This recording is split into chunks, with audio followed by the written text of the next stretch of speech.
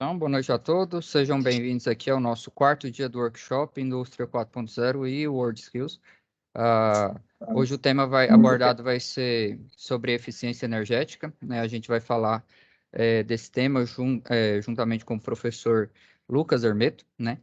E aí ele vai se apresentar posteriormente, certo? Lucas, já está por aí? Se você quiser habilitar sua câmera, ficar à vontade aí já. Sim, senhor. Boa noite a todos, pessoal. Todo mundo está me Boa ouvindo? noite. Tudo ok? Estou ouvindo. Então, beleza. Meu nome é Lucas Hermeto. Eu sou engenheiro de controle e automação, engenheiro de segurança do trabalho e professor do ensino técnico há mais de 5 anos. Hoje, vou compartilhar a tela aqui. Hoje, nós vamos falar um pouco sobre eficiência energética. Qualquer dúvida ou algum questionamento no decorrer da minha fala, vocês podem chamar ou acionar aí que os meus colegas vão me chamar aqui, porque como eu estou espelhando na tela, não tenho muita visibilidade de vocês fazendo alguma pergunta, ok?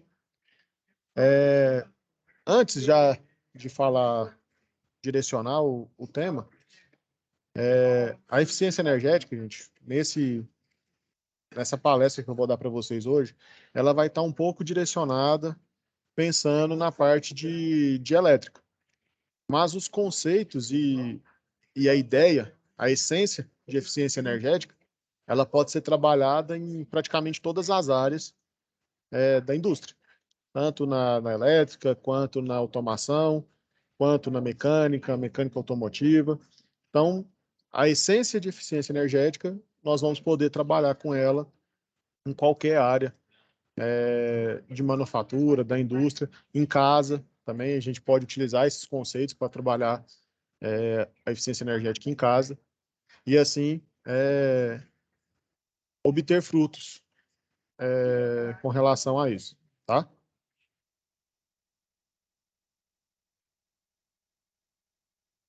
Então, antes da gente começar a falar sobre eficiência energética em si, nós devemos entender um pouquinho de como funciona o setor elétrico brasileiro. Por quê? Porque o maior conceito de eficiência energética ele está diretamente ligado à economia de energia elétrica. Por quê? Ela leva a vários níveis. Por exemplo, ambiental, de estrutura e, no final da conta, de custos, tanto para a empresa, indústrias, quanto para a nossa casa. Então, o caminho da energia elétrica, ela começa numa usina de energia, que vai transformar alguma energia, que pode ser mecânica, térmica, ou até mesmo nuclear, em energia elétrica. Dessa usina de energia, ela vai ser transmitida para uma subestação, onde vai acontecer o processo de abaixamento de tensão, ou até mesmo, em alguns casos, elevação de tensão. Depois disso, vai passar pelas torres de transmissão, podendo voltar para uma subestação, onde vai ser diminuir a tensão dessa energia, onde vai chegar nas linhas de distribuição e assim, passando por alguns transformadores, chegando à nossa casa com 127 volts ou 220, dependendo da região que a gente se encontra. No Brasil, para que o nosso setor elétrico funcione bem, a gente precisa de uma infraestrutura gigantesca para conectar e interligar todas essas usinas que estão espalhadas pelos países. No nosso caso, no caso brasileiro, essa vai ser a função do Sistema Interligado Nacional, que é uma das partes que compõe o nosso sistema elétrico brasileiro. Existe uma outra porção desse conjunto que vai ser formado por alguns sistemas isolados que vão produzir e transmitir essa energia em alguns locais onde o SIM não alcança. Ok? Então, assim, já um bate-bola rápido, o professor Ângelo vai mostrar para vocês como que é essa estrutura do sistema elétrico de potência no Brasil. Ângelo, tá beleza aí? Pode passar?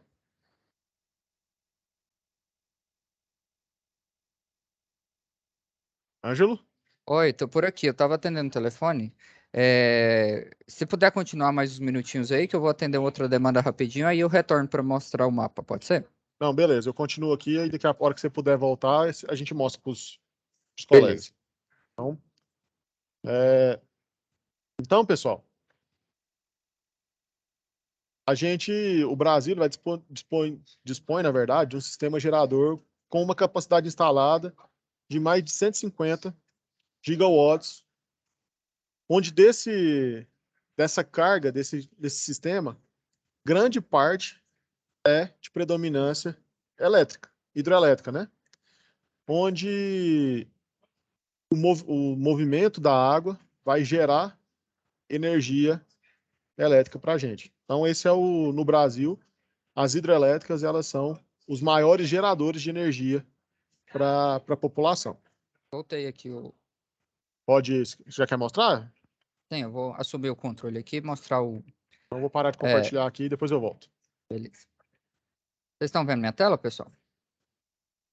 Sim, sim. Então, esse aqui, ó, é um site do Operador Nacional de Sistema Elétrico. Esse aqui é o órgão responsável por gerenciar todo o sistema elétrico do país. Então, aqui nesse site, a gente tem bastantes informações, né, atualizadas, informações simultâneas a respeito do Sistema Interligado Nacional, que foi o que o professor Lucas comentou aí com vocês, né? Então, se vocês acessarem o site aqui do ONS, que é o Operador Nacional de Sistema Elétrico, tem uma aba aqui, ó, sobre o SIN, o Sistema Interligado Nacional. Né? E aí aqui tem os mapas, que são os mapas dinâmicos desses sistemas. Então, quando você clica aqui em mapas, né, vai abrir uma série de mapas aqui dinâmicos, né, que vai tratar desses parâmetros elétricos, né, na questão do país de forma geral. Né? Então, aqui ó, tem um mapa sobre os leilões de energia, ó, tem um mapa indicativo da capacidade remanescente do Sistema Interligado Nacional. E o que eu queria mostrar para vocês é esse mapa dinâmico do Sistema Interligado Nacional. Né? Eu acho que tem alguns alunos aí dos cursos de qualificação em eletricista de redes, que inclusive eu já mostrei, né, esse mapa para eles, mas como aqui, para poder contextualizar a parte de eficiência energética, eu acho que é interessante mostrar para vocês todos também. Né? Então, nesse mapa dinâmico aqui, a gente consegue ver o comportamento do Sistema Interligado Nacional. Né? Então, a parte de geração, por exemplo, ó, quando a gente seleciona aqui as usinas, a gente consegue ver todas as usinas, né, que fazem parte do Sistema Interligado Nacional. Né? Então, a predominância do sistema de geração, ele é o quê? Ele é hidráulico, né? Por quê? Porque nós somos um país rico em água, né? Então, aqui, ó, a maioria das usinas são o quê? Hidrelétricas, né? E aí, cada região tem um comportamento diferente, né? Aqui na região centro-oeste, na região sudeste, a maioria é o quê? Hidrelétrica. Quando a gente analisa a região nordeste, a predominância é de quê? De usinas eólicas, né? Por quê? Por causa da questão do vento, né? O vento aqui nessas regiões ele é mais constante, né? Além das usinas hidroelétricas e das usinas eólicas, qual a outra que a gente tem aqui também, ó? A gente tem algumas usinas térmicas, né? Então é interessante a gente ver nesse mapa aqui, ó, as diferentes fontes de quê? De geração, né? Então a gente, por exemplo, aqui, ó, pegar uma onde a gente tem a usina que a gente tem próxima aqui, ó, que é a usina de Itumbiara, a usina de Furnas aqui, ó. Então, aqui, clicando em cima do item aqui, ó, da usina, a gente consegue ver a capacidade de geração dela. Essa aqui de Itumbiara, por exemplo, ó, tem 2.280 megawatts de potência de geração, certo? E aí, aqui perto de Itumbiara, a gente tem uma outra, que é uma térmica, né? A térmica, ela não funciona constantemente, né? Em certas ocasiões que ela funciona. E aí, ó, a potência de geração dela é bem menor, a capacidade de geração, né, 80 megawatts de geração, né? Então, assim, vamos dizer assim, a origem da eletricidade, ela vem de onde? Das usinas, né? A fonte geradora são as usinas. Vamos comparar com uma usina eólica, por exemplo, ó. As usinas eólicas, elas relativamente têm um potencial pequeno de geração, ó, 30 megawatts, né? Vamos ver outra aqui, ó, 40 megawatts de potência, né? São pequenas capacidades, né? Se a gente for comparar com uma usina hidrelétrica, certo? E aí tem uma outra fonte, né? Que é o que? A usina nuclear. A gente tem uma única usina nuclear que é onde? No Rio de Janeiro, a usina de Angra, né? Então tá aqui, ó. Usina de Angra dos Reis, a capacidade dela é de 1.990 megawatts, né, de geração de energia, certo? Então essas são as principais fontes de geração, certo? As usinas solar ainda são muito pequenas em relação ao fornecimento. Isso, as usinas solares, elas não fazem parte do Sistema Interligado Nacional. Por quê? Porque elas são de pequeno porte. E geralmente elas são mais residenciais, né? Aqui aparece só as que realmente têm relevância no Sistema Interligado Nacional, né? Que causam um certo impacto no Sistema Interligado Nacional. E aí a gente tem a maior usina geradora, que é a usina de Itaipu. Capacidade de geração dela aí, ó, ela é de 7.000 megawatts, né? Ela fica na fronteira com o Paraguai e com o quê? Qual outro país está aqui, pessoal? Ela é o quê? Binacional, não é? Uruguai, Paraguai. Ela faz fronteira com o quê? Com 3 países, né? Então, Uruguai, se a gente vê aqui... Paraguai, Argentina também. É Argentina? O que é? Argentina. É Argentina? Muito bem, é isso mesmo. Então, aqui, ó, quando você... não sei se algum de vocês já tiveram a oportunidade de visitar essa usina, né? Ela é a maior usina do país, né? Então, assim, a capacidade de geração dela consegue suprir não só a demanda que ela é interligada, mas consegue suprir a demanda de outros países, né? Tamanha a potência a capacidade de geração dela, beleza? Então, aqui são o que? As usinas geradoras, beleza? Depois da geração, o que a gente tem? A gente tem a transmissão. Então, quando eu seleciono aqui, ó, as linhas de transmissão, o que vai acontecer? Vai interconectar os centros de geração. Por quê? É isso aqui que é a característica do Sistema Interligado Nacional. Então, se um centro de geração cair, o outro centro de geração consegue assistir ele, né? Por isso, a necessidade de interligar o sistema, beleza? Então, primeiro a gente tem as usinas de geração, depois a gente tem o que? As linhas de transmissão, que vão o quê? Transportar esses blocos de energia no país inteiro, beleza? E depois das linhas de transmissão, a gente tem o quê? As linhas de distribuição, né? Que surgem com o quê? Com as subestações, né? Então, cada cidade aí tem sua subestação. Então, quando a gente coloca o sistema interligado, né? O sistema elétrico de potência completo, a gente tem a geração, a transmissão e a distribuição que sai do quê? Das subestações, né? Então aqui a gente consegue ver esse emaranhado aí, ó, de linhas de transmissão, certo? Então assim, é bem interessante da gente ver, por quê? Porque você consegue aqui, por exemplo, analisar qual que é a tensão aqui dessa linha de transmissão, por exemplo. Você consegue ver a tensão dela, que é 500 kV, a extensão dela aqui, ó, que é 373 quilômetros, certo? Uma particularidade aqui, ó, na usina de Itaipu, né, tem alguns trechos aqui, ó, que eles têm a transmissão em corrente contínua, né? A maioria do Sistema Interligado Nacional, a transmissão acontece em corrente alternada, né? Mas nesse trecho aqui, ó, que liga Itaipu ao centro de São Paulo, né? Aqui é São Paulo mesmo, Rio de Janeiro, é São Paulo. Porque o maior centro de consumo é São Paulo. E aí tem as linhas aqui, ó, que são linhas de corrente contínua. Se eu não me engano, são essas 3. Como que eu vou confirmar isso? Eu vou comparar essas linhas aqui de cima com essas linhas aqui de baixo. Então, quando eu clico aqui na linha, o que eu vou ver? Eu vou ver a tensão de alimentação dela, ó, 765 kV, e a extensão dela, 265 km. Essa linha aqui, a transmissão acontece em corrente contínua. Por que eu posso afirmar isso? Alguém tem algum chute aí? Quem já viu essa aula? Que informação que está faltando aqui que eu posso afirmar que essa é uma linha de transmissão em corrente contínua?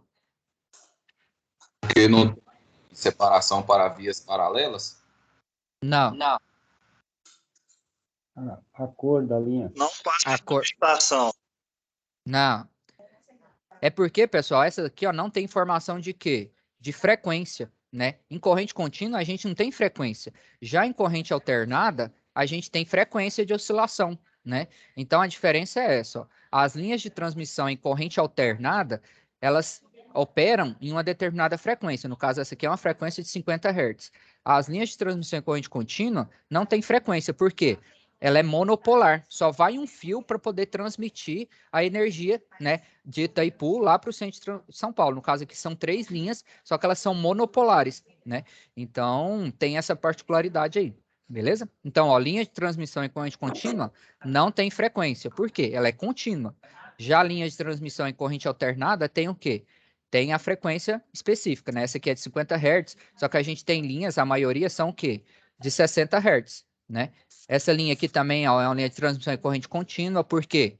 Não tem frequência aqui, ó, então essa aqui também é de corrente contínua, né? Vamos pegar a verdinha aqui para a gente ver? Aqui, ó, 230 kV. Essa aqui será que também é de corrente contínua? Essa aqui provavelmente também é, porque não tem informação de frequência. Vamos ver se tem alguma outra que tem informação de frequência. Que Então, são assim, é interessante. de vantagens e desvantagens aí, entre um e o outro? Porque eu não sou da área elétrica, fica a Então, dúvida.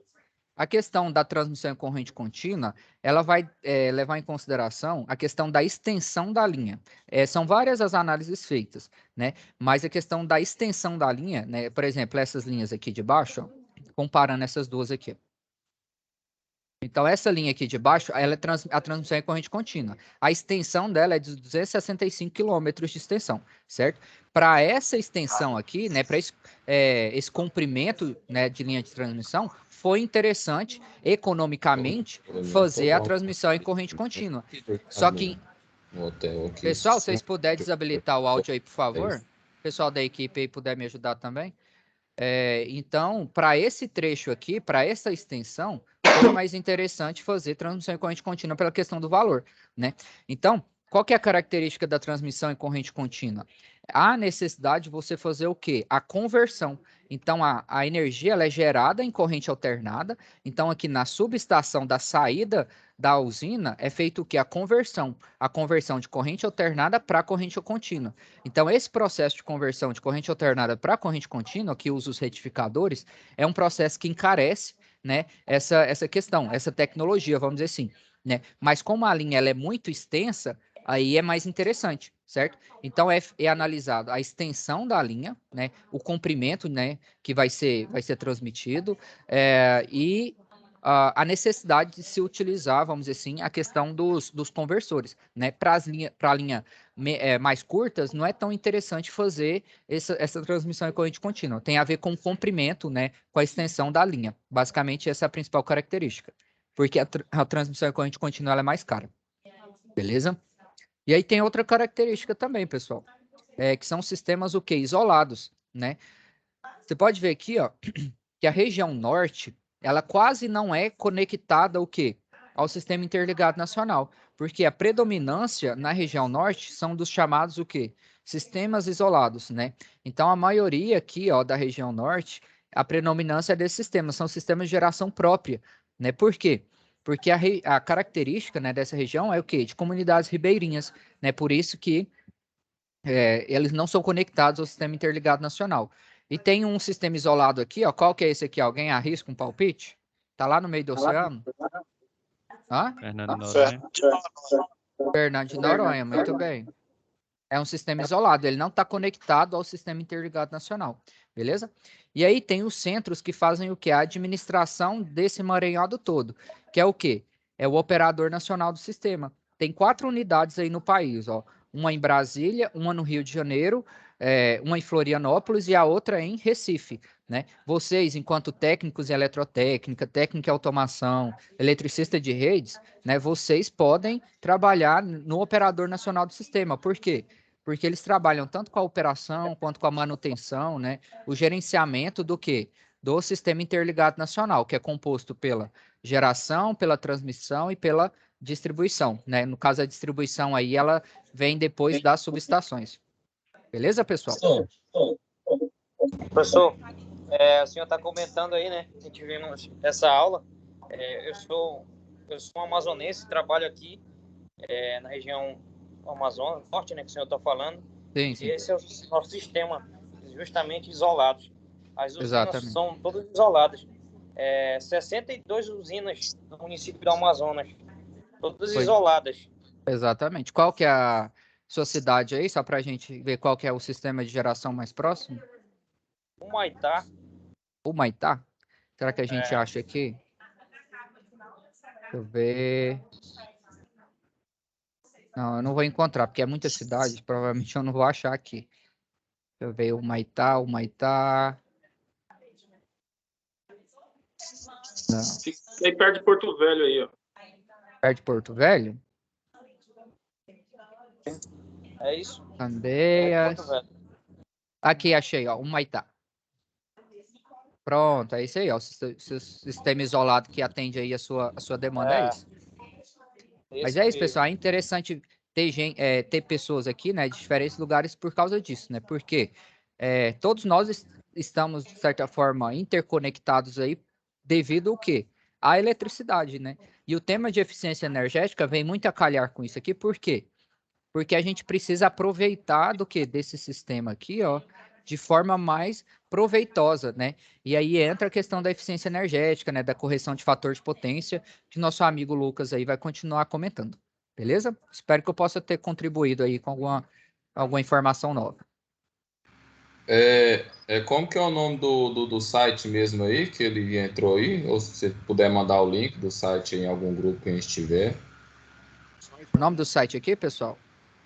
Espera aí que minha tela apagou aqui, não sei o que aconteceu. O nome do site é ONS.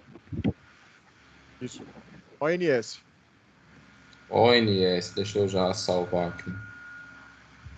ONS.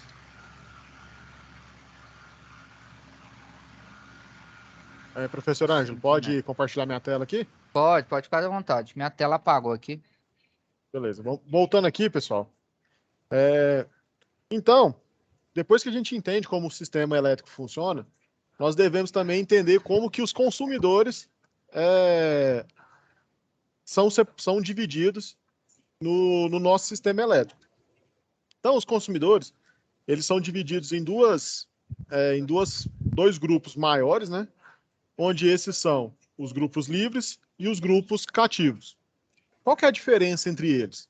Os grupos livres, eles têm uma liberdade para negociar e escolher de quem ele vai comprar a eletricidade. Por exemplo, não falando em questão de valores, mas, por exemplo, eu estou hoje no Centro-Oeste. Eu sou um consumidor livre. Eu posso negociar com Itaipu e comprar a energia deles. Já os consumidores cativos, eles não têm essa liberdade para negociar de quem ele vai comprar, eletricidade. Quem vai nos dar essa eletricidade, de modo mais esdrúxulo falando, é a distribuidora local. Então, na sua região, geralmente, os cativos são nós, residenciais, somos onde mais utilizamos. A gente não tem esse poder de negociação, de ir lá e escolher de onde que a gente quer comprar essa energia. Nós compramos diretamente da distribuidora local. Então, aqui nessa tabela, nós temos alguns valores. Ela está meio defasada, mas é só para a gente ter uma noção de como é que funciona esse consumo de energia. Tá? Então, vocês podem olhar aí, ó, que consumo livre no residencial ele é zero. Por quê? Porque a gente não tem demanda para comprar eletricidade de onde a gente quiser, até porque vira um consumo muito caro, que a gente vai falar um pouquinho mais para frente sobre os valores dessa conta de energia. Então, pulando mais para dentro, os consumidores eles também são classificados pelo setor de consumo. E isso vai levar em conta o nosso nível de tensão de alimentação. Os consumidores do grupo A, eles são aqueles consumidores que têm a tensão que é classificado como alta tensão e média tensão. Já o grupo B, eles são aqueles consumidores que são as unidades que utilizam tensão inferior a 2,3 kV. Então, cada grupo tem suas subdivisões. O grupo A, nós temos o grupo A1, A2, A3 e o AS. A diferença entre eles são os níveis de tensão que eles vão estar consumindo. E o AS são linhas subterrâneas com tensões inferiores a 13,8 kV. Já no grupo B, ele é dividido em B1, B2, B3 e B4. Onde ele está dividido já é com relação ao local onde esse consumidor está localizado, sendo B1 classe residencial, B2 classe rural, B3 demais classes e o B4 a iluminação pública. Então aí a gente pode se perguntar, tá, mas e aí? O que o governo pode fazer para a gente? A atuação do governo, gente, ele pode atuar em 4 esferas. Na formulação de políticas públicas, onde eles vão poder criar leis e normas para a gente utilizar e até mesmo pagar, né, essa energia. Planejamento energético, onde eles fazem o estudo de como está sendo utilizada a energia no nosso país, com relação também a novas tecnologias, busca de aumentar essa carga energética que a gente tem no país. A regulação dos mercados, que aí entra parte de taxação, de impostos e outros pontos. E a atuação direta no mercado por meio de estatais, onde eles se criam estatais, onde eles distribuem, geram energia e vendem para a população. A ponta, que é aonde chega no consumidor, é a nossa estrutura tarifária. Ou seja, é a conta que a gente paga. Como que é entendido essa estrutura? Então, de acordo com a ANEEL, que é a Agência Nacional de Energia Elétrica, a estrutura tarifária ela pode ser definida como um conjunto de tarifas aplicadas ao faturamento do mercado de distribuição de energia elétrica, no qual vai refletir a diferenciação relativa dos custos regulatórios da distribuidora entre os subgrupos. Então, de forma resumida, a tarifa de energia ela vai ser obtida entre 2 fatores, a receita de distribuição e um mercado faturado. O que isso quer dizer, pessoal? Para se transmitir, para se produzir, transmitir e distribuir energia, nós temos gastos com estrutura, com manutenção, com trabalhadores. Então, esses custos ele entra nessa conta e eles são diluídos para os consumidores. E, além disso, a gente também tem a parte de imposto, onde tem uma porcentagem que vai para o nosso governo. Então, no Brasil, as tarifas do Grupo B elas são estabelecidas pela concessionária junto com a agência reguladora. Ou seja, eles determinam uma estrutura onde eles vão ver qual foi o gasto que eles tiveram para levar a energia até as nossas casas e a questão de impostos. Já quando a gente entra nas tarifas do Grupo A, elas vão ser constituídas por 3 unidades de fornecimento, que é a tarifária convencional, a ouro-sazonal verde e a ouro-sazonal azul. Qual que é a diferença entre elas? A convencional, ela pode ser aplicada para quem tem um fornecimento de tensão menor que 64 kV. E lembrando que uma demanda menor de 300 kW. Ou seja, ela precisa desses 2 dados para você poder contratar esse tipo de tarifa. Esse modelo, ele possui uma característica especial, que ela não vai depender da hora de utilização e dos períodos do ano. Porque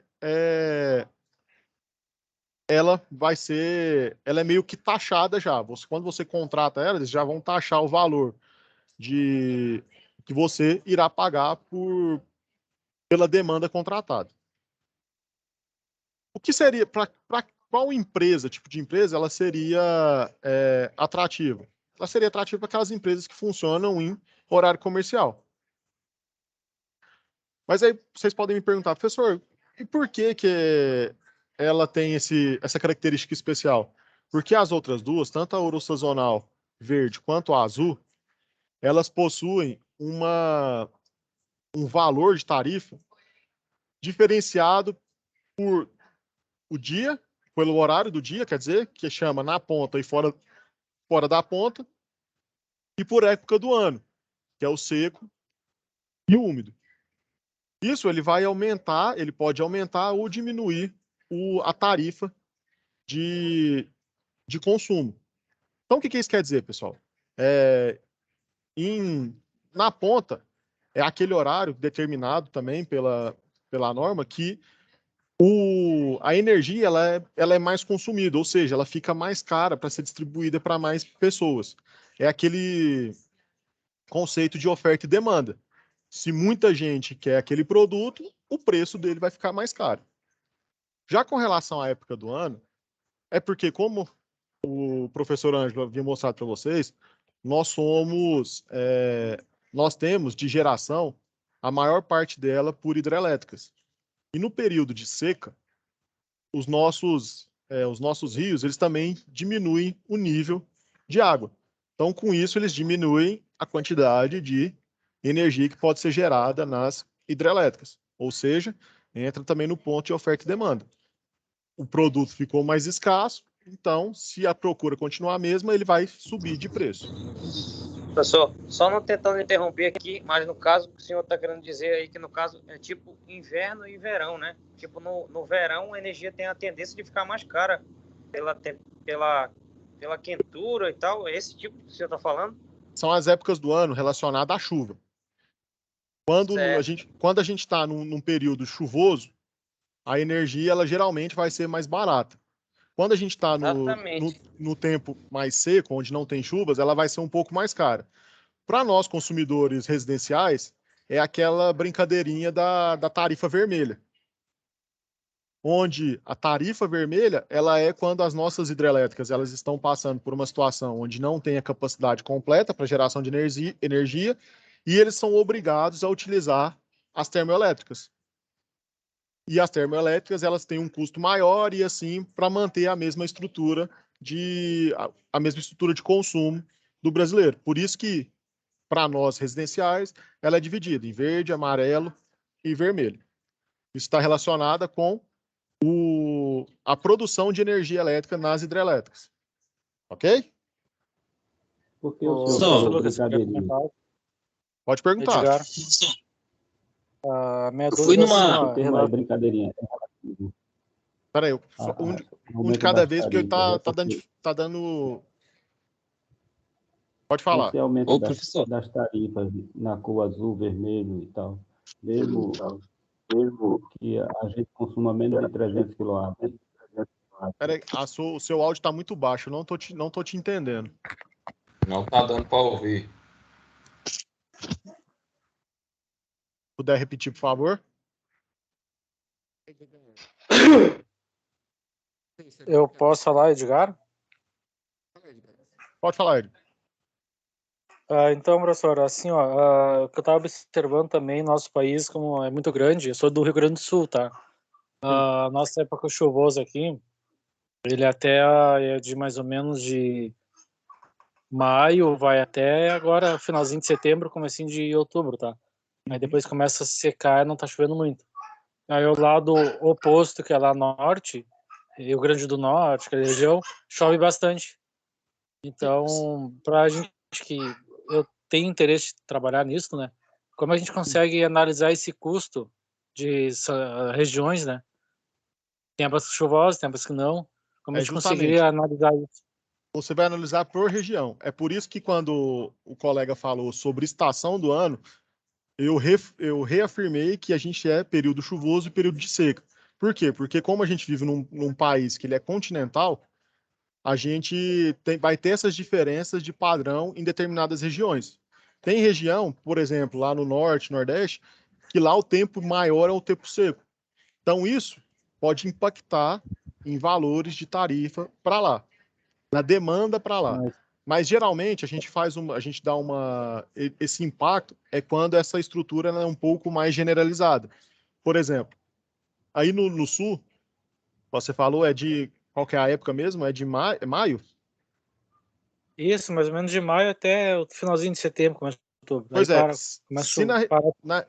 na região, você conseguir, na região sul ali, sudeste, você conseguir abastecer grande parte dessas hidrelétricas, ela não impacta tanto no resto do país.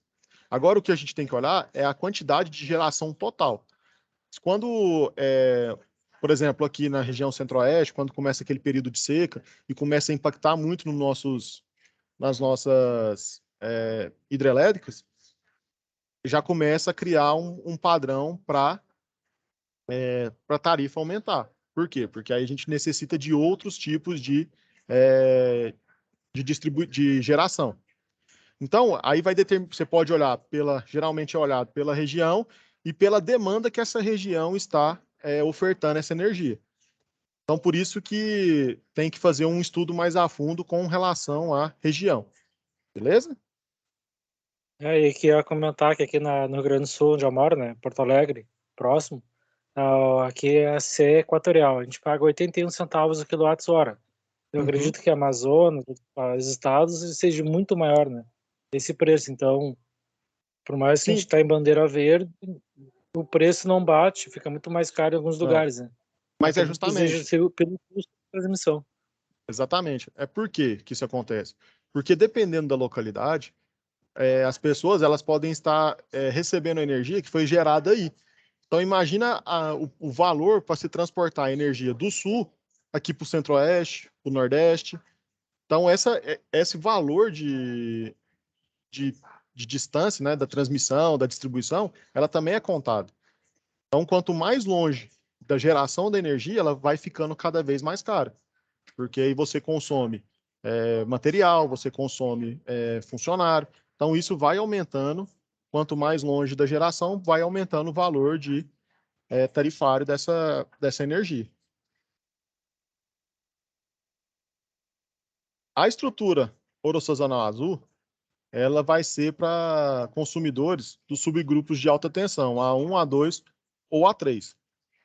E podem variar de acordo com seus níveis de tensão de fornecimento, tendo cada um seu próprio valor definido de tarifa. O que essa ouro-sazonal azul tem de diferença da verde? Que a ouro-sazonal azul, geralmente, ela precisa de um projeto. Porque quando você contrata esse tipo de tarifa, você tem que especificar, junto à concessionária, quais são os valores de demanda e qual é o horário, qual o valor de demanda que você vai precisar utilizar nos horários de ponta e fora dela. Ou seja, você vai fazer uma pesquisa, um estudo, e você vai informar para a sua concessionária qual a carga, qual a demanda que você vai precisar dela nos horários de ponta e fora da ponta. E se por acaso esse cálculo for feito errado, e você utilizar mais do que a empresa calculou, né, você paga uma multa. Por quê? Porque aí, a partir daí, as parcelas elas vão ser de acordo com essa demanda de cada consumidor. Então, se você exceder esse valor, você vai estar sujeito a levar uma multa. Que é aquela história.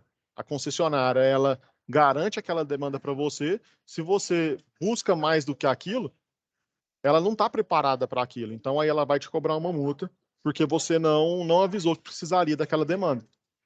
E para você utilizar aquela demanda, você pode estar tirando de outro lugar. Entendeu? E é importante a gente lembrar também Lucas, Pode falar. qual que é o estado que tem o maior consumo de energia hoje? O estado que tem o maior consumo de energia hoje, cara, geralmente, o estado em si, eu não tenho essa informação agora para te falar, mas geralmente é o Sudeste. São Paulo, mais provável São Paulo, porque ali é o maior fluxo de indústrias nosso, né? A região Sudeste eu sei que é a região onde consome mais energia. Mas provavelmente será São Paulo. Ok? Rio de Janeiro está dominando aqui. Rio de Janeiro? Pode ser também, mas assim, eu sei da região. A região sudeste é a que mais consome, a maior consumidora de energia do país. São Paulo é uma metrópole, né? Tem que ver isso.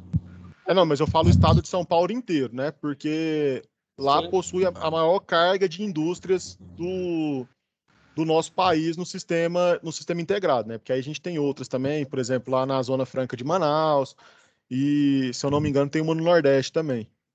Mas São Paulo é a que tem a maior quantidade desse tipo de indústria. É onde a gente fornece mais energia. Aqui tá falando Acre e Pará. Acre, Pará? É, Então essa é nova para mim. pesquisei aqui no Google, acho que esse trem tá errado. Não, porque eu sei, Não nos faz estudos sentido, não. que eu já li, é o sudeste do Brasil. Nordeste. Ah, Tá? entendi. Beleza. A área mais industrializada é São Paulo.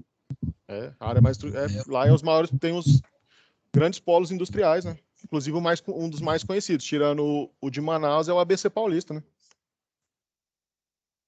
Então, continuando aqui, pessoal.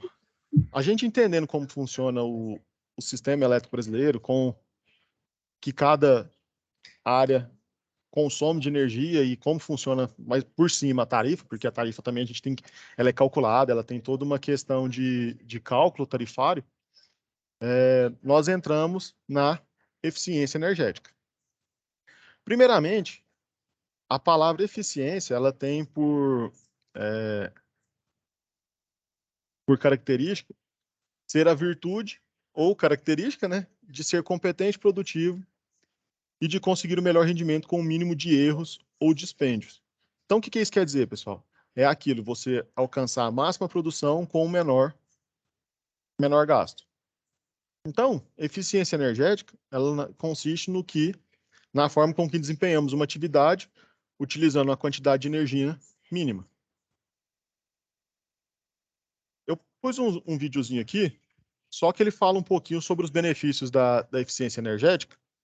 Deixa eu compartilhar novamente com o som do computador. E a gente volta aqui. Você sabe o que é eficiência energética? De forma simplificada, a eficiência energética é aquela energia que a gente deixa de consumir. É fazer o mesmo com menos. E por que ela é tão importante? Bom, porque economizar energia traz benefícios para o meio ambiente, para os reservatórios de água e para os nossos bolsos.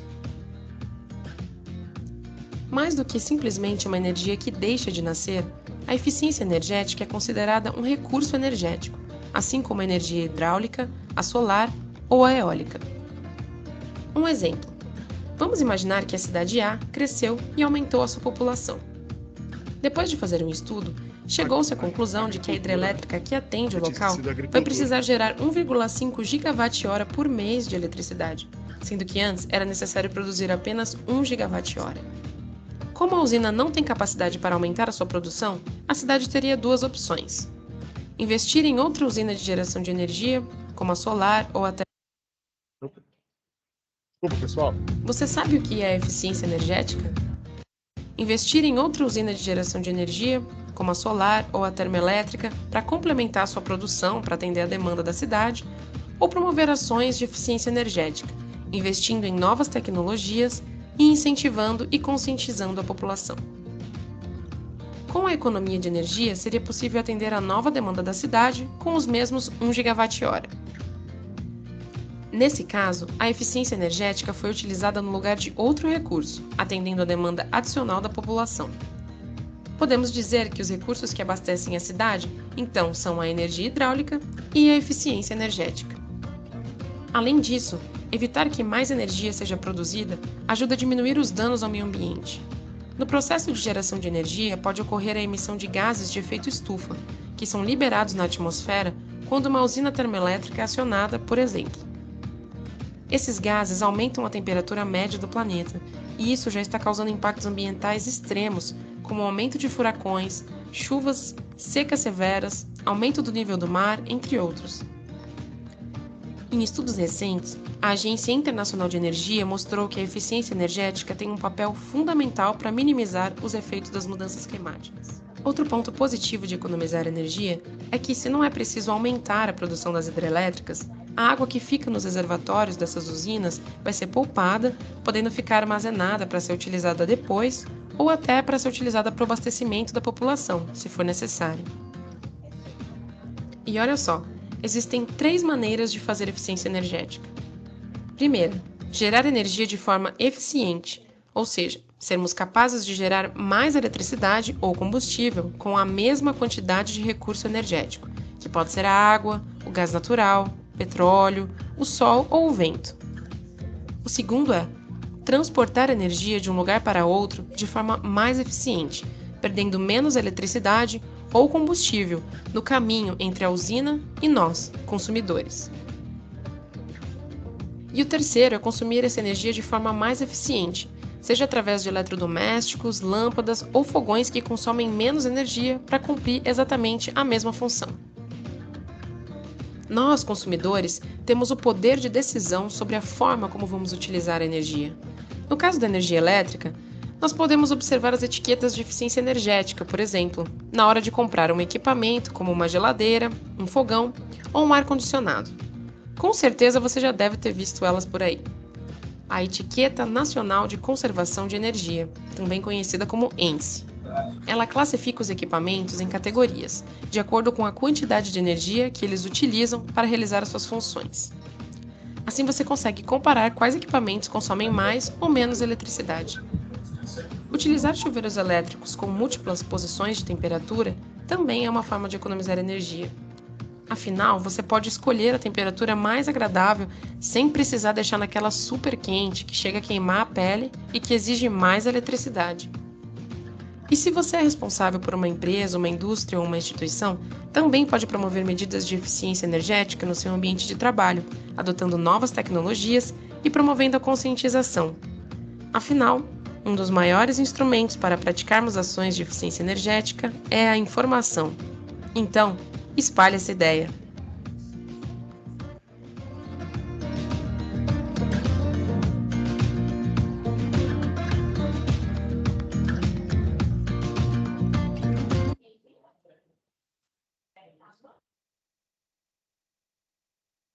Então, pessoal, voltando aqui, a eficiência energética, ela é basicamente o que foi falado aqui no vídeo. Ela é um método que a gente vai estudar, que a gente vai planejar para economizar energia e, assim, economizar em custos. Assim como foi mostrado no vídeo, nós temos um programa brasileiro de etiquetagem, onde o principal objetivo dele vai ser informar o desempenho energético de equipamentos, veículos ou até mesmo edificações. Para que os consumidores eles consigam ver esse indicador e decidir qual é a melhor compra para ele naquele momento. Então, essa informação ela vai ser transmitida pela ENSE, que é a Etiqueta Nacional de Conservação de Energia. Ela possui 5 faixas e a indicação a que vai se aplicar o produto em questão. Então, ela vai ser dividida em A, B, C, D ou E, nessa sequência, e as etiquetas elas vão mostrar qual é o nível energético relacionado a cada um dos produtos.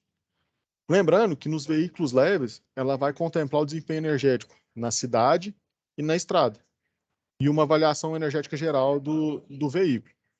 Nas edificações, ela olha uma gama muito maior, como iluminação, sistema de condicionamento de ar e a parte de térmica do edifício, assim, criando um indicador para classificar ele. Então, aqui nós temos um exemplo das 3 etiquetas. A primeira de energia, a segunda de um carro e a terceira de um edifício. Assim, ela vai identificando qual é a eficiência energética desse imóvel ou até mesmo do seu consumo, do produto que você está comprando. Então, pessoal, aí você me pergunta, professor, mas e aí? Se eu ver uma etiqueta se eu ver uma etiqueta C, eu não vou comprar ela, eu vou comprar A. Nesse caso, a gente deve fazer cálculo de economia. Por quê? Porque aí você tem que colocar na ponta do lápis. Geralmente, produtos com o índice A, eles são mais caros, ele tem uma carga de custos maior. Então, essa etiqueta ela serve justamente para isso, para você identificar qual é a eficiência energética daquilo que você está comprando e qual o valor que está agregado nele. Então, você vai fazer conta. Eu vou pagar mais barato, mas quanto tempo eu vou ficar com esse produto, o gasto dele a mais? Será que lá na frente eu não vou começar a perder dinheiro em vez de estar ganhando dinheiro? Então, é para isso que serve essa instrução da etiqueta. Temos também o Programa Nacional. Ô Pode falar. professor, se não for atrapalhar a galera aí, será que tem como você dar uma resumida geral na página anterior? Só um resumo mais simplificado mesmo? De cada etiqueta? Eu fiquei meio perdido nessa situação aí. Então, eu vou fazer um resumo aqui para você. Por exemplo, na etiqueta aí de energia. Ela vai trazer algumas informações para a gente de fabricante, marca, o tipo, o modelo e a tensão que ele vai utilizar. E aí ele vai falar sobre o nível de eficiência do produto. Então, nesse caso aí, por exemplo, ele está falando para a gente que ele tem um nível de eficiência A. Ou seja, ele é mais eficiente, ele é como se fosse o topo de linha em eficiência daquele nicho de produto. Ele também vai te mostrar qual que é o consumo dele por mês, ou seja, quantos quilowatt-horas ele vai gastar por mês, e outras informações. No caso aí, ele está levando para um refrigerador. Então, ele vai falar qual que é o volume do compartimento, do refrigerador, qual que é o volume do congelador, e o tempo e a temperatura que o congelador vai trabalhar. Nos outros, ele também olha exatamente essa parte. Ele vai ter uma parte que fala sobre qual que é o produto, qual que é a marca e tudo mais, qual vai ser a instrução energética dele. Nesse caso, ele tem uma eficiência B, ou seja, ele é mais eficiente, mas ele ainda não é o mais eficiente que tem no mercado. E, no caso dos combustíveis, ele vai te mostrar uma média calculada de quanto ele gasta na cidade e na rodovia. Já o edifício também é o mesmo sentido, só que aí agora ele vai te mostrar os sistemas individuais que ele faz aquela conta, que é a envoltória, a iluminação e o condicionamento de ar. Ô, Lucas. Resumindo, no caso aí, o senhor tá falando, no caso, se eu comprar uma geladeira, uma etiqueta A, eu vou consumir menos do que se eu comprasse com uma etiqueta E, no caso, né? Exatamente. Isso. Exatamente. Aí, com a etiqueta A, ela vai ser mais econômica do que com a etiqueta E. Geralmente, a da etiqueta E, ela vai ser mais barata, porque ela não tem esse valor agregado de economia de energia. Só que, se você colocar na ponta do lápis, ao decorrer dos anos, pode ser que essa geladeira que você comprou mais barata, você vai estar gastando mais dinheiro com ela do que com aquela que é um pouco mais cara e ela tem uma eficiência energética melhor. Certinho? Valeu, pessoal. Certinho. Lucas, só complementando aí, pessoal, né? Compartilhar uma imagem aqui com eles. Né? A gente tem aqui, por exemplo, 3 lâmpadas, né? Vocês estão vendo minha tela aí? Sim, professor. Sim, professor. Então, assim, só para explicar, né? Eu acho que tentar mostrar para eles a questão da eficiência, né? Aqui nós temos 3 modelos de lâmpadas, né? As lâmpadas incandescentes, as lâmpadas fluorescentes e as lâmpadas de LED. Desses 3 modelos de lâmpada aqui, qual que vocês acham que é o modelo mais eficiente? LED. É a de LED, né? Por quê? Porque ela tem um maior aproveitamento da energia. Então, qual que é a finalidade de uma lâmpada? Não é transformar energia elétrica em energia luminosa? Então, a eficiência está relacionada a isso. A maior capacidade dela aproveitar esse processo de transformação de energia elétrica em energia luminosa, com o menor gasto possível, né? Por que que essa lâmpada aqui, a incandescente, ela acabou caindo em desuso? Porque ela, além de transformar energia elétrica em energia luminosa, ela também desperdiçava gerava, vamos dizer assim, energia na forma térmica, né? Por isso que a tecnologia foi avançando e as lâmpadas foram avançando junto, né? Então a eficiência está relacionada a isso, a capacidade de converter a energia elétrica em outros tipos de energia, no caso aqui é energia luminosa, mas a geladeira, por exemplo, é energia térmica, né? Então quanto mais eficiente o equipamento, maior vai ser o aproveitamento da energia, beleza? Só para poder complementar a informação aí, beleza? No caso da lâmpada aí, essa o senhor está falando aí que tem um consumo maior, ela é 90% calor e 10% energia luminosa, né? Isso, a eficiência está relacionada a isso, a questão da produção de trabalho, né? O que é o trabalho? É a questão de você produzir, no caso aqui, a luminosidade, né? Então, a potência, por exemplo, da lâmpada é a capacidade dela de realizar trabalho. Então, pode ser que essas 3 lâmpadas aqui, ó, tenham a mesma potência, né? Sei lá, as 3 tenham 60 watts, né? Só que assim, quando a gente alimenta elas com a mesma tensão, o que a gente vai ter? A gente vai ter uma potência menor aqui, ó, na lâmpada que é mais eficiente, porque ela vai ter um maior aproveitamento de energia. Então, se a gente for fazer o equivalente aqui, por exemplo, de uma lâmpada incandescente de 60 watts e o proporcional dela em potência luminosa, uma lâmpada de LED, a de LED provavelmente vai ter 12 watts de potência, porque ela vai ter um aproveitamento melhor. Ela não vai desperdiçar energia na forma de calor, entendeu? Só fazendo esse paralelo aí mesmo. Pode continuar aí, Lucas. No caso, professor, ela vai gerar só um trabalho, né?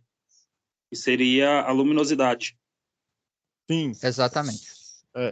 No final das contas, pessoal, a gente pode pensar também, para quem não tem tanto contato com eletricidade, a gente pode pensar em a força que você gasta para transportar alguma coisa. Quando ele é mais eficiente, você gasta menos força para levar alguma coisa de um lugar para outro. Entenderam?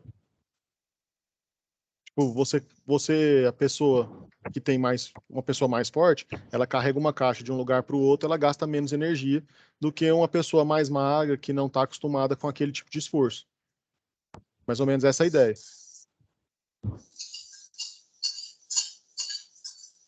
Então, voltando aqui no Procel, no Programa Nacional de Conservação de Energia, esse programa ele foi criado em 85 com o objetivo de combater desperdícios e promover o uso de eficiência energética em todos os setores de consumo. Então, ele se trata de um programa do Ministério de Minas e Energia e ele é coordenado e gerido com recursos técnicos e administrativos de 2 departamentos da Eletrobras. Então, esse selo ele é concedido para os melhores produtos em termos de desempenho energético daquela categoria. Então, se você for lá comprar uma geladeira e ela tiver com esse selinho lá nela, quer dizer que ela é a melhor daquela categoria com relação à eficiência energética. Certo? Tá, mas como que a gente vai saber se a gente está trabalhando corretamente com a eficiência energética? Nós devemos transformar isso em números. E isso é utilizado para a gente também calcular quais são os custos e qual vai ser o lucro que a gente vai obter implementando essa eficiência energética. Então, na elétrica, a gente usa a medição de grandezas elétricas. Então, a gente determina quais as variáveis que nós vamos medir e a gente estabelece uma relação matemática sobre elas. Na energia elétrica, para a gente realizar esse monitoramento, nós utilizamos um equipamento que vai ser capaz de realizar a medição de vários parâmetros elétricos. Ele chama um analisador. E ele possui a função para analisar sistemas trifásicos que vão medir praticamente o consumo de cada parâmetro do sistema. Tensão, corrente, frequência, energia, consumo de energia, fator de potência, desequilíbrio e oscilação de harmônicos e interharmônicos. E também ele vai fazer um estudo de carga e levantamento do consumo que aquela unidade consumidora tá utilizando. Então, esse analisador, para quem é da área da eletrotécnica, já pode ter ouvido falar dele. Para quem nunca viu, eu não vou nem mostrar, não vou nem colocar o áudio, é só para vocês visualizarem, e eu vou falando aqui sobre ele.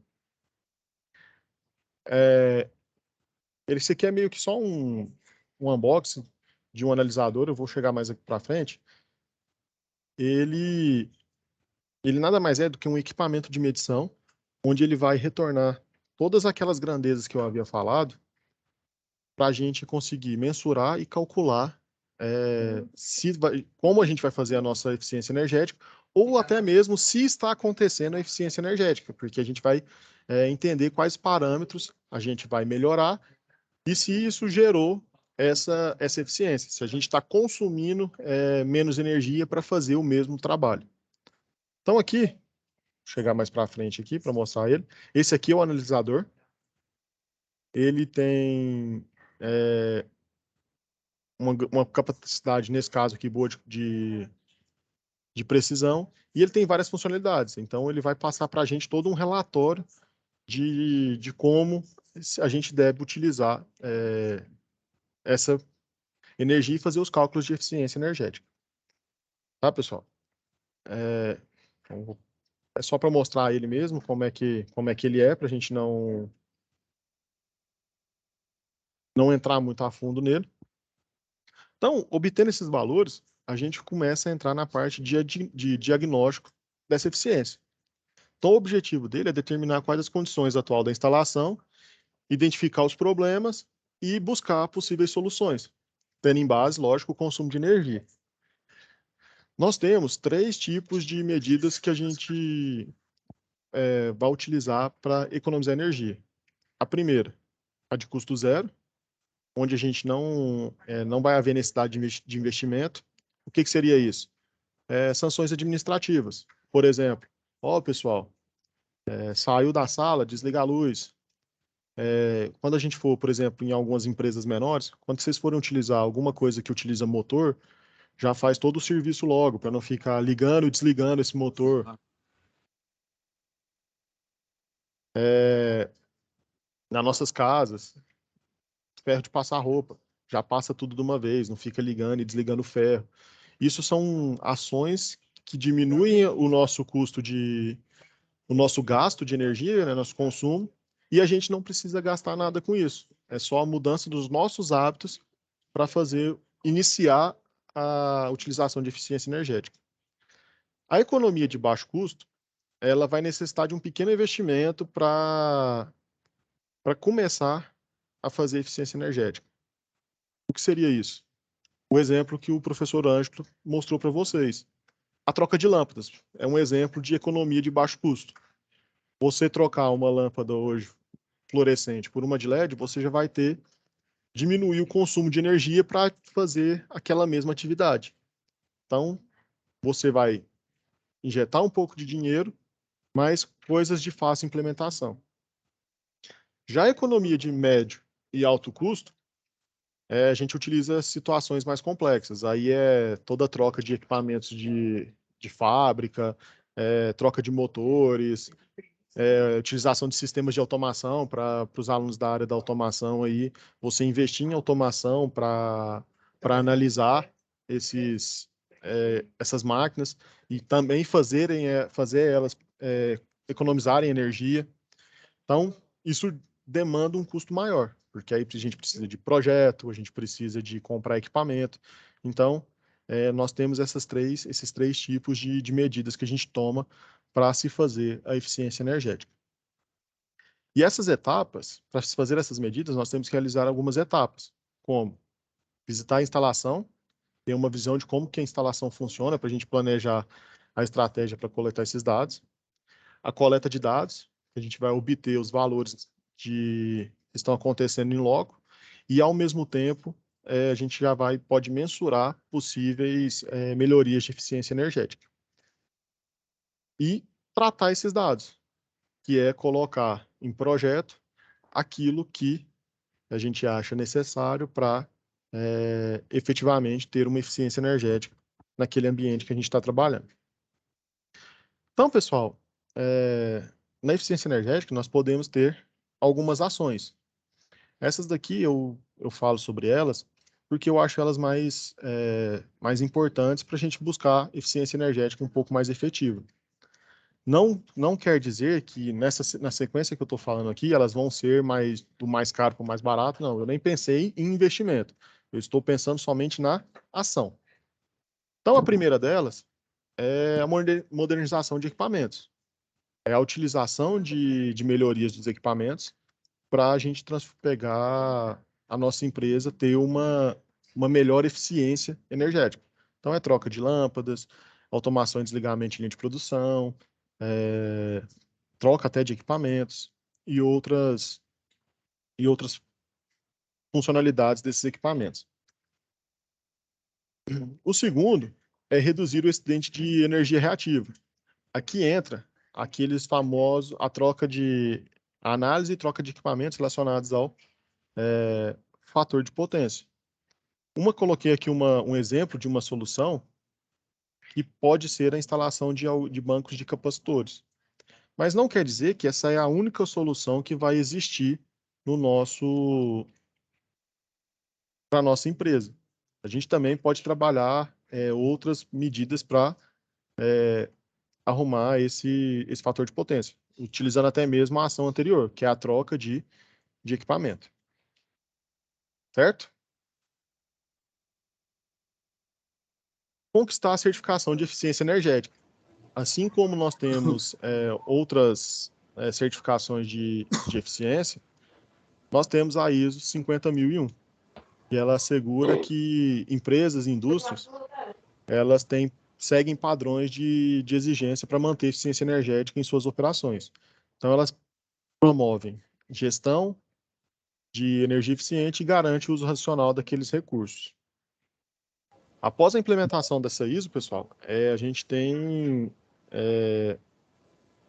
uma integração à eficiência energética e acontece a prática de gestão e operação até mesmo da cadeia de fornecedores. Então, por exemplo, o uso consciente de energia, análise sempre baseada em medição, documentação, comparação e os relatórios, aplicação de melhores práticas no uso e gestão de energia, aplicação da eficiência energética sempre a novos projetos e aquisições, e a priorização de novas tecnologias, sempre buscando eficiência energética. Então, a ISO 50001 ela é focada na eficiência energética da sua empresa. Professor, pode perguntar. A questão também de leitura, esses médio e baixos consumidores, eles nem se importam de fazer uma leitura do seu consumo. Não. E às vezes eles acabam estourando em determinado momento o consumo de energia e se surpreende na hora de pagar a conta. Seria Exatamente. interessante a educação aí na questão de verificar a leitura diária do consumo. Não só a educação, como eu vou mostrar aqui para frente, qual é a relação da área de automação com a eficiência energética. Hoje, já adiantando um pouquinho, hoje se tem dispositivos que vão fazer essa medição até mesmo em consumidores de média e baixa tensão, onde ele vai analisar como que está funcionando, como que ele está gastando a sua energia e outras situações que eu vou mostrar para vocês mais para frente. Então, a educação dos seus hábitos é a principal, porque como a gente não tem, pode também ter um valor monetário um pouco maior, a gente então tem que fazer situações onde a gente diminui de forma sem fazer medições, é claro. Então, continuando aqui, adotar um sistema de gerenciamento de energia. Esse aqui, pessoal, ele é mais voltado para a área para a indústria. Por quê? Porque esse software de gerenciamento, eles são um pouco mais caros. Mas eles também, aqui entra principalmente a área da automação. Porque aqui nós temos dispositivos que vão fazer o controle dessa energia e assim a gente vai ter a visibilidade daqueles dados de forma em tempo real. Esse software vai ajudar a empresa a identificar o consumo de carga, o diagnóstico de um projeto de eficiência e outros parâmetros para sempre diminuir os custos com relação ao consumo de energia. Então, pessoal, igual a gente já entrou aqui, qual que é a função também da automação nesse mercado de eficiência energética? Quando a gente começa a trabalhar com estratégia de tecnologia inteligente, nos processos operacionais, a empresa não vai só usufruir daqueles benefícios da automação que a gente veio falando aí durante a semana. Nós também podemos utilizar esses benefícios para fazer o gerenciamento de alguns ativos, que no caso, a eficiência energética. Então, a internet das coisas, pessoal, ela vai mostrar que os sensores eles podem ser utilizados para identificar o uso e a vida útil dos equipamentos, antecipando ou até mesmo postergando manutenções eventuais. Então, aqui a gente entra também em manutenções, na parte de manutenção preditiva, preventiva. Então, a gente tendo essa gestão e esse controle sobre esses ativos, nós evitamos que o motor ele se diga, por exemplo, o motor ele se desgaste e consuma mais energia para fazer o mesmo trabalho. Então a gente vai lá, faz uma manutenção antes dele começar a estragar e assim a gente mantém ele com a mesma eficiência.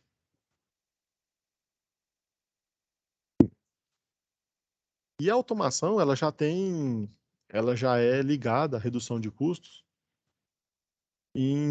no seu próprio conceito, porque com a automação a gente diminui custos de produção na indústria. Então, essa união pode proporcionar a gente potencializar a eficiência energética.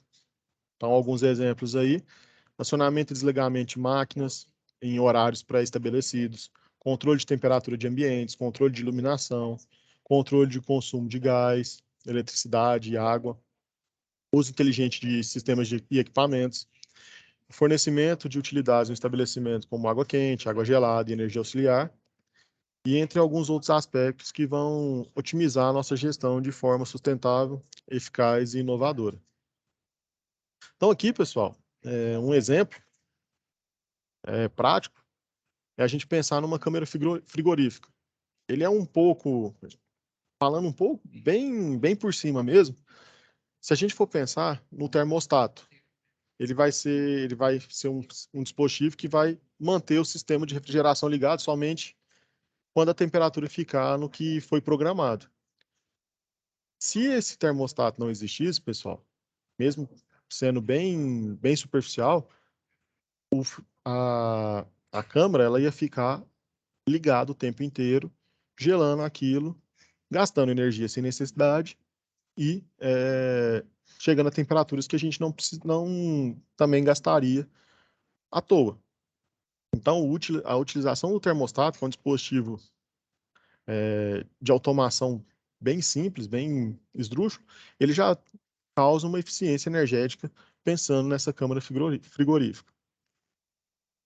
Então, um outro exemplo também, no setor de TI, é aquela automatização de você conseguir um horário para desligar todas as máquinas da sua empresa, todos os computadores. Então, ele não fica em stand-by, ele não fica gastando energia. Vai chegar uma hora, a hora que a empresa fecha, ele desliga os computadores, tudo de forma automática, gerando também uma eficiência energética naquela empresa. Então aqui, pessoal, só para vocês verem aqui um videozinho rapidinho de um equipamento de automação, onde ele vai fazer a leitura de sistemas de energia com geradores, ele vai mostrar também uma automação residencial. Então vou passar aqui para vocês rapidinho, só compartilhar a tela aqui com o áudio do computador.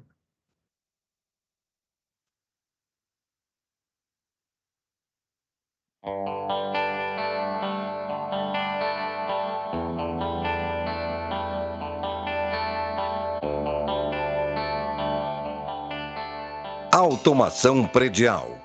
Ela tem como princípio integrar, realizar e otimizar diversas operações em prédios de pequeno, médio ou grande porte. Tudo isso sem a interferência do homem. O objetivo é tornar o cotidiano daqueles que por ali circulam mais fácil, ágil, seguro, confortável. Como é que é?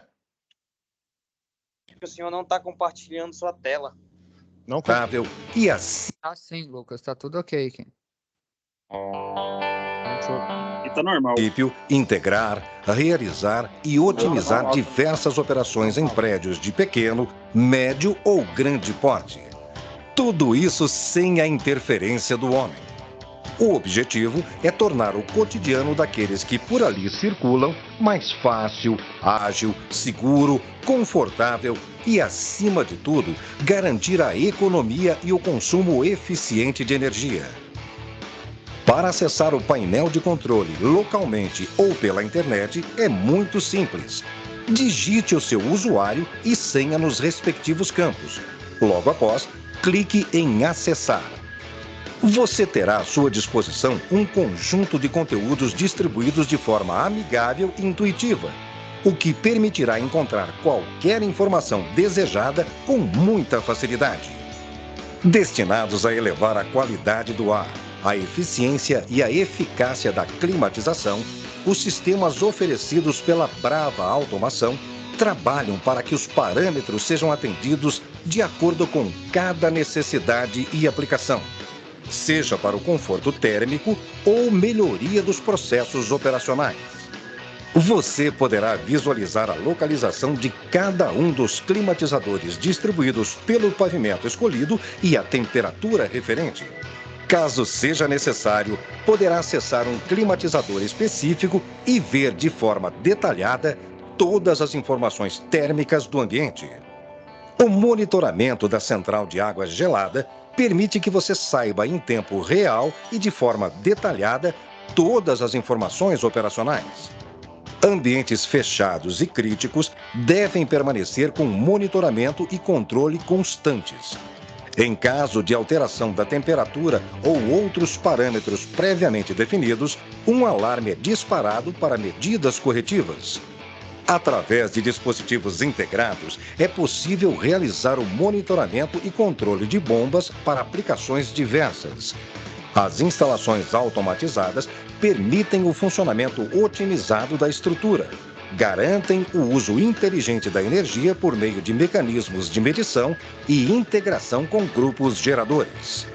Acionamento e desligamento de bombas diversas, espelhos d'água, irrigação, recalque, águas servidas e esgoto. Informações sobre a qualidade da energia elétrica. Pessoal, desculpa. Controle das partidas de manutenção periódica de forma automática. Dados sobre a qualidade da energia elétrica fornecida pelos no-breaks, nível de baterias e tempo de funcionamento em queda de energia. Visão geral sobre o consumo de energia no prédio, com estratificação dos principais consumidores em forma de gráficos. Informação sobre o consumo de energia real e instantâneo do prédio, o que permite auditar as concessionárias de energia. Através de sensores de luminosidade, sensores de presença, programação de desligamento ou ativação de lâmpadas, obtém-se benefícios como gerenciamento da iluminação, eficiência do uso da luz e energia, registro centralizado das avarias e mau funcionamento nos sistemas monitorados. Com isso, o usuário terá informação rápida para averiguação e tomada de decisão de manutenção. A maioria dos sistemas prediais de resposta a incêndios são independentes. Porém, existem alguns recursos em automação que são aplicados para melhor integração, monitoramento e performance. A pressurização de escadas, acionada pelo sistema de detecção e alarme de incêndio, pode ter seus parâmetros de funcionamento monitorados pela automação que oferecemos.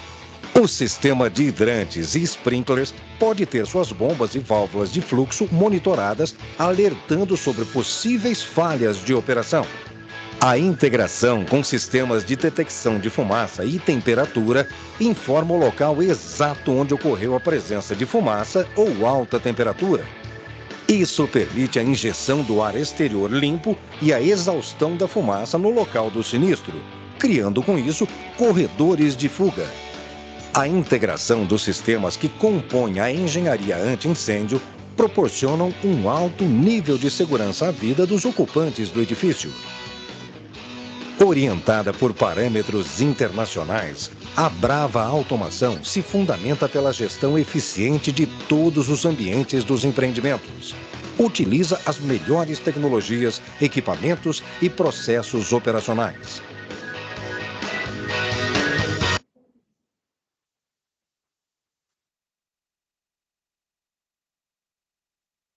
Então, pessoal, assim como nesse exemplo dessa empresa de automação, vocês podem ver o tanto que a automação está diretamente ligada à eficiência energética em geral. Não só pensando em eletricidade, mas também em outros sistemas. Então, pessoal, o assunto era esse, mostrar para vocês qual que é a ideia de como funciona a eficiência energética, e agora eu estou aberto para tirar dúvidas de vocês. Boa noite, pessoal. Tenho uma dúvida com relação a... O senhor estava comentando sobre os bancos de capacitores. Em si, qual a função dos bancos de capacitores? É uma equilibração do fator de potência que o senhor está querendo dizer? Sim, é uma regulação do fator de potência, a melhoria dele. Aí a gente faz esse cálculo e determina um banco de capacitores para dar uma melhorada naquele fator de potência quando ele está muito baixo, né? Certo, era isso mesmo. Mais alguém? Sim, o Edgar, professor. Pode falar. Dúvida. Como é que tu tá vendo a tendência do mercado de trabalho para esse curso? Essa parte de gestão de energia, né, eficiência energética?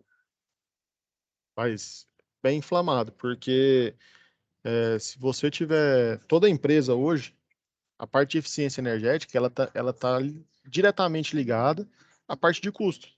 Então, se você, dependendo do tamanho da empresa, você consegue, com eficiência energética, diminuir custos de produção. Então, isso já está diretamente ligado. Então, eu acredito que ele só está em crescente. Assim como a automação e a eletrotécnica, que nunca vai eu acredito que nunca vai diminuir, porque a gente precisa desses profissionais. Aquele profissional que for ligado à eficiência energética, ele também vai ter um ótimo mercado. Eu te comentei, professor, estou fazendo um Senai aqui em Gravataí, né, Rio Grande do Sul.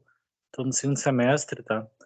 E eu também estou fazendo em paralelo superior de energias renováveis, né? Aí eu já estou observando esse mercado porque eu gosto muito da área contábil, parte de custo, análise, mercado, essas coisas. Eu consigo juntar tudo numa coisa só. Inclusive, também você me fez lembrar de uma coisa. A utilização de energias renováveis, pessoal, ela também está ligada à eficiência energética. Por exemplo, quando você, na sua residência, você quer ter uma economia de custos com energia, a utilização de energia fotovoltaica, ela está sendo bem vista. É um investimento interessante. Você vai ter ele vai tirar um custo, mas em um prazo não muito longo, você consegue ter o retorno desse gasto que você fez e ainda diminuir drasticamente o seu consumo da rede tradicional. Isso gera lucro para você. Você gasta menos, né? Então, Edgar, você está no caminho certo. E é uma área muito boa de trabalhar. Eu ia te comentar também e a manutenção desse sistema? O São Paulo Senai tem esse curso de gestão de energia tecnólogo, tá? E tem uma escola, no técnico, na verdade. Quem oferece tecnólogo é outra escola em São Paulo. Como eu sou aqui do Sul, estou aguardando no EAD ou ir para cá para poder fazer. Mas só de você já tá direcionado no caminho certo. Então, aí, com o tempo, você pode ir buscando novas especialidades. Existem cursos de pós-graduação também relacionados à área de eficiência energética e à área de energias renováveis. Vou te comentar que uma pergunta nessa... Não vale fazer porque, assim, ó, o tecnólogo que eu estou fazendo de energias renováveis, quando eu me formar, eu já consigo me habilitar junto ao CREA para ter o registro. O registro eu consigo assinar só na parte renovável, né? Exatamente, mas você já pode também fazer uma pós-graduação na área de eficiência energética. Já segue no assunto. A pós-graduação não vale a pena porque se o tecnólogo tem um registro, a pós-graduação ela só vai te especializar, ela não vai te habilitar. Não tem uma habilitação legal, entendeu? Como fosse um curso livre.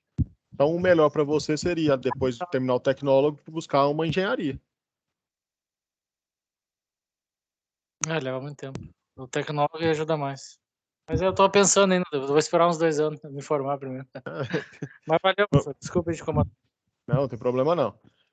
José Pedro, você tinha me perguntado sobre a manutenção, não é? Não, é sobre o banco de capacitância. Onde pode ser empregado o banco de capacitância? Ele é empregado em indústrias onde tem alteração no fator de potência, onde o fator de potência ele é baixo. Onde que a gente impacta isso? Em indústrias onde a gente utiliza motores. E isso gera... Você vai mexer com potências reativas, onde você precisa de mais energia para fazer aquele sistema ali trabalhar. Então, o banco de capacitor ele é justamente para melhorar esse fator de potência e você não precisar gastar tanta energia para aquele sistema funcionar. Sim, ok. Gustavo, pode falar. Quem? Banco de capacitor. Não ereto. Peraí que sua chamada tá travando, eu não entendi. Repete, por favor. Boa noite. Professor, na área de agricultura, só um minutinho, Gustavo. Pessoal, desliguem o microfone aí, por favor. Só deixa o do Gustavo ligado para me escutar o que ele tá perguntando. José Pedro. Isso, pode falar, Gustavo. Boa noite. Na área da agricultura, galpão tem um alto custo de energia com motores para trocar todos os equipamentos. Quais medidas a gente deve tomar para a maior eficiência energética dessa situação? Gustavo, é igual aquilo que eu te falei. Tem que ser feito um estudo. Eu não posso chegar e falar assim, a melhor solução é trocar tudo, a melhor solução é só você fazer um sistema de automação, é só sanções administrativas. Cada local, ela tem que ser estudada. Por quê? Porque, por exemplo, nesse galpão onde tem vários motores, se a gente não fizer uma análise de dados, ir lá e medir como que está funcionando toda a parte de eletricidade, por exemplo, lá desse galpão, eu não vou poder saber te falar, por exemplo, qual que é o fator de potência que tá sendo utilizado nessa indústria. Então, por exemplo, a falta de eficiência energética pode estar vindo do fator de potência. Ela pode estar vindo também dos motores que são antigos. Então, a gente tem que analisar cada caso para a gente poder determinar qual é a melhor solução energética daquele local. Então, assim, você pode buscar um sistema de automação para não fazer aqueles motores ficarem ligando e desligando, né, partindo toda hora. Isso já causa uma eficiência. Você pode melhorar fator de potência. Sanções administrativas, né? Melhor consumo de cada um fazendo sua parte, tentando diminuir o máximo possível o consumo de energia. Aí vai depender do local. Beleza? Obrigado, professor. Somente isso. Nada. Sigmar.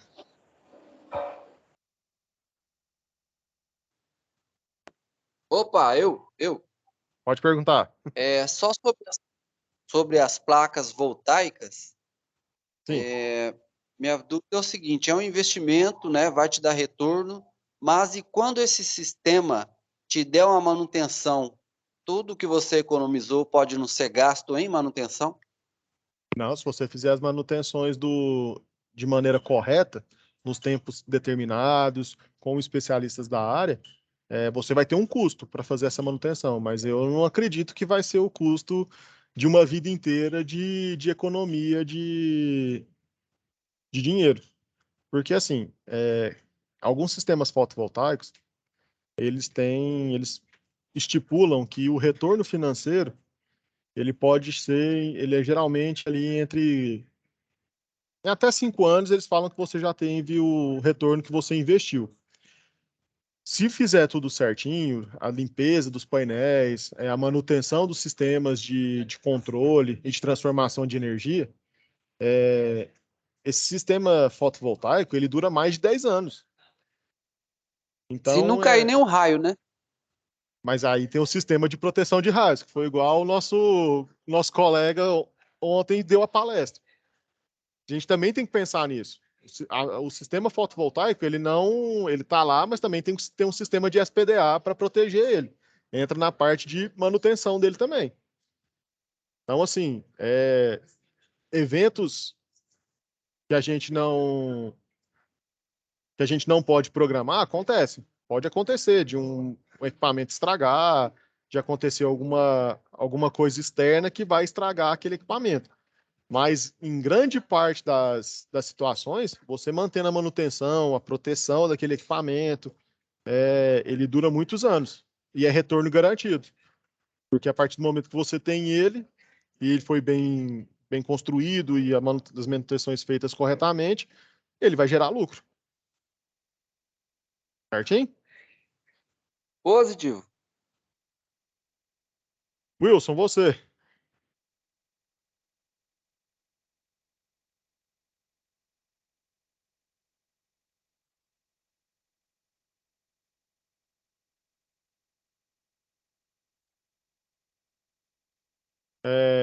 Eronildo, então? Ô, professor, boa noite. Boa noite. Levando em consideração o crescimento que tem a respeito da energia renovável solar, qual seria a especialização para ser um conhecedor forte nessa área aí? Tem um curso. É bom a gente ter sempre uma especialização na área técnica, né? Ou um técnico em eletrotécnica, ou um curso de engenharia elétrica. E também focar na parte de energias renováveis. Tem, assim como o colega tinha falado, tem o curso tecnólogo em energias renováveis, mas a gente também tem uma pós-graduação em energias renováveis em algumas regiões do país. Então, você tem um embasamento macro, né, de como funciona o sistema energético, você passa a focar direcionado a sistemas de energia renovável. E aí você podendo focar mais ainda, você pode seguir ou para o fotovoltaico ou até mesmo para o eólico. Também tem um sistema de marés, que ele usa a força da maré para gerar energia. Mas você pode aprofundar cada vez mais, dependendo do seu nicho. Muito obrigado, professor. Nada. Ivan? Boa noite, professor. Boa noite. Eu queria perguntar para o senhor se aparelhos eletrônicos, que a casa da gente assim, com a evolução está cada vez mais cheia desses aparelhos, certo? Sim. Eletroeletrônicos. Eles também geram energia reativa? Geralmente, energia reativa ela é gerada por motores, né? Porque aí ele utiliza a parte magnética, né? Então, eletrônicos menores, tipo televisões, essas coisas, eles não vão gerar tanta energia reativa. A não ser que na sua casa você esteja disposto de muitos equipamentos onde tem a utilização de motores. Tá? Porque a maioria dos nossos equipamentos em casa, eles são com utilização de resistências. Então, eles não são tão reativos quanto os motores. Ok, professor. Obrigado. Nada. José Rodrigues, qual que é a sua pergunta? Boa noite, professor. Boa noite. Minha pergunta é relativa à energia fotovoltaica, né? Pode perguntar. Segundo meus colegas aqui, eu estou fazendo eletrotécnico, estou no início. Uhum. Tem uns colegas lá que trabalham na área, eles falaram que a partir de janeiro essa energia vai ser taxada. Não sei se é só aqui no estado de Goiás, parece que a partir de janeiro vai ser taxada em 30%, iniciar em 30% até essa questão do que o colega colocou anterior. Será que com o tempo ela vai compensar, passando a taxar? Aí, assim, rolando esse projeto, né? Eu não sei eu não tenho a informação se ele já foi aceito, já vai ser taxado a partir de janeiro. Então, mas eu já escutei falar sobre esse projeto lá. Tudo é calculado, aí você tem que pôr na ponta do lápis. Por exemplo, você tem na sua casa lá, uma casa grande, ar-condicionado, tudo mais, você me gasta R$ 1.000 de energia elétrica lá da concessionária. Você vai olhar e vai fazer um cálculo. Ó, eu quero fazer um projeto fotovoltaico onde eu vou suprir essa carga aqui, pelo menos 80% dela, vamos falar assim. Quanto que ela vai me custar? Vamos supor aí que ela custou 20 mil. Você vai ter que fazer nessas contas. Em quanto tempo você vai reaver esse valor? Qual vai ser o seu novo valor de fatura de energia? Então, tudo tem que colocar na ponta dos lápis. 30%, em alguns casos, vai continuar ainda sendo um benefício. Tá? Mas, assim, a gente tem que colocar na ponta do lápis. Eficiência energética, pessoal, a gente não pode garantir a eficiência energética sem fazer análise dos dados e o cálculo matemático pensando em valores. Obrigado, professor. Nada.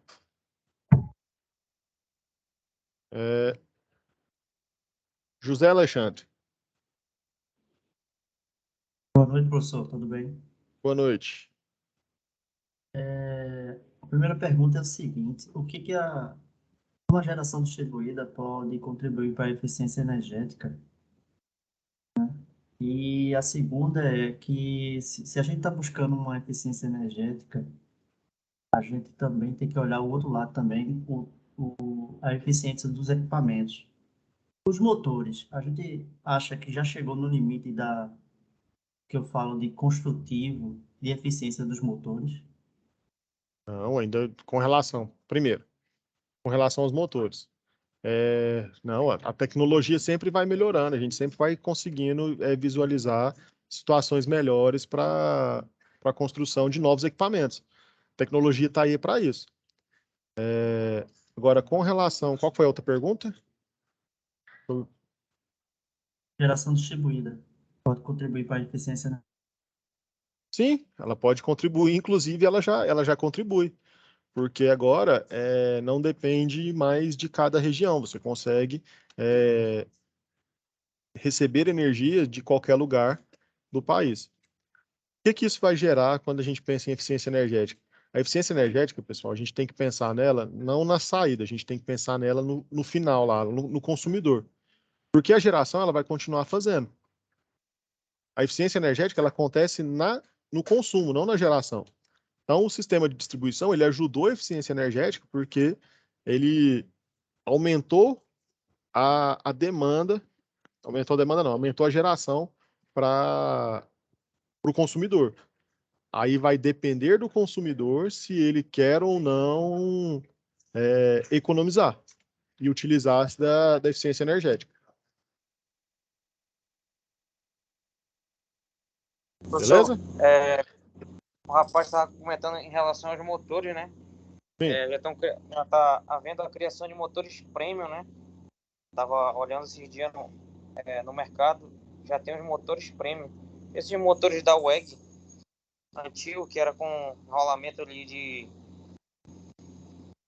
dentro, né? Enrolamento de cobre. Hoje já está vendo um com magnético, né? Justamente para essa eficiência energética. Exatamente.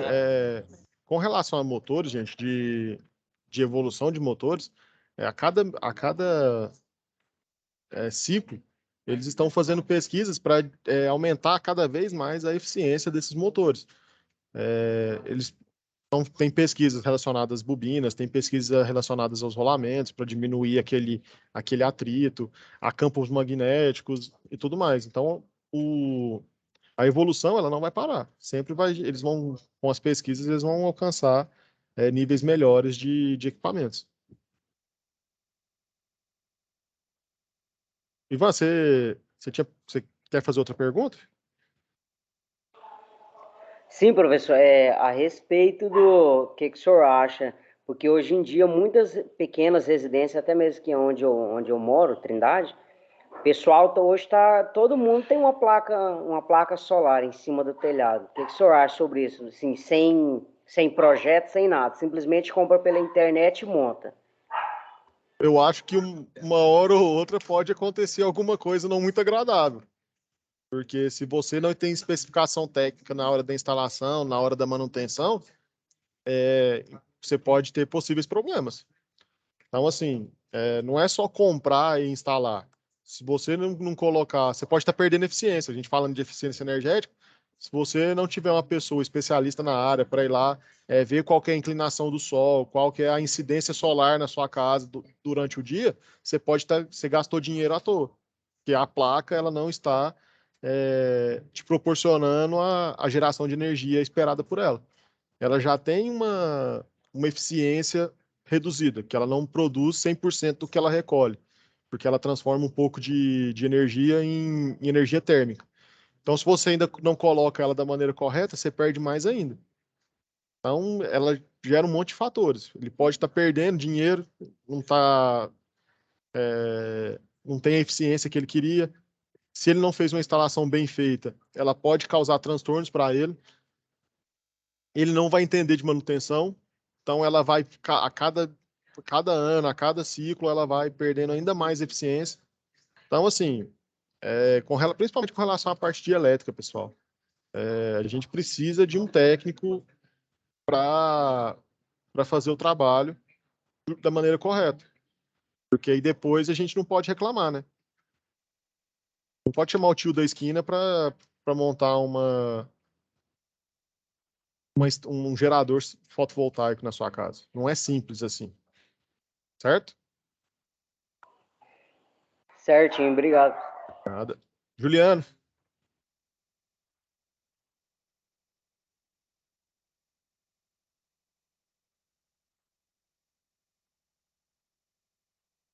Então, pessoal, se ninguém mais tiver dúvidas, a gente está dando horário aqui também. Queria só agradecer mesmo aí a contribuição, né? Eu acho que foi bem rica do nosso professor Lucas. Passando também para poder avisar a respeito da lista de presença, façam a solicitação aí para os tutores e monitores das turmas de vocês, tá bom? E aí amanhã a gente se encontra aqui novamente para poder finalizar o workshop, beleza? Aí o tema vai ser conduzido pelo professor Paulo, tá bom? Muito obrigado, Lucas, e até amanhã, pessoal. Tchau, tchau. Muito obrigado, pessoal. Boa noite. Boa noite a todos, pessoal. Boa noite.